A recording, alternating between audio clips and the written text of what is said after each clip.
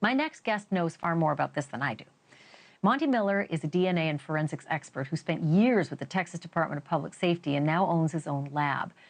Dr. Miller has been a DNA expert and forensic expert for over 25 years, specializing in sexual assault and murders. For 15 years, he's owned that lab.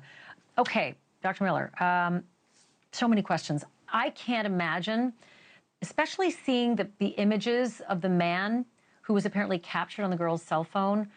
Big, bulky, outer jacket, outerwear, winter stuff.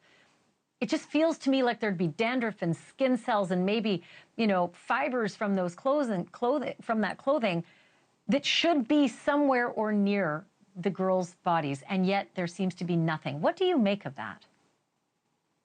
Well, I mean, sometimes that happens because, people are careful. Sometimes they can do that because they have control of the victims. They pull a gun, they say, walk here, take your clothes off, and those kinds of things. So sometimes there can be very little contact to begin with. Sometimes people are really careful. They know the area. They know, they've dressed appropriately so they don't leave many fibers, things of that nature. So, I mean, it can be a combination of a lot of things. Sometimes it can just be bad luck that wherever it is that he happens to have touched or wherever those fibers are the places that are underneath the blood. And so they don't catch that DNA because it's just covered by other things. But I feel even if he had a gun, or whoever the killer is had a gun and kept the girls at a distance, eventually the killing was hands-on. And there's a second victim. And even children would at some point see someone being murdered in front of them and see the knife coming for them and fight in some way.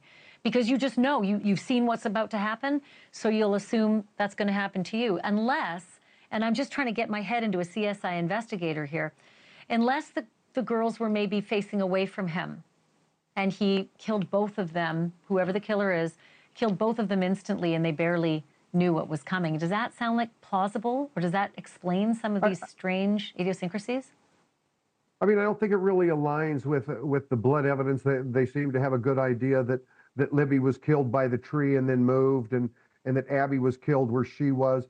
But there's an interesting thing is they seem to think there's a possibility that that Abby was perhaps restrained, and perhaps that's part of the reason why Libby might have been killed first. Abby may have been forced to watch, or she might have been unconscious. And so that might be why she doesn't have any defensive wounds, any blood on her hands, things of that nature.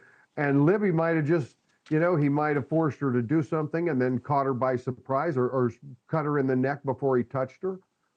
But at some point he does come into contact with at least Libby, because then he drags her somewhere.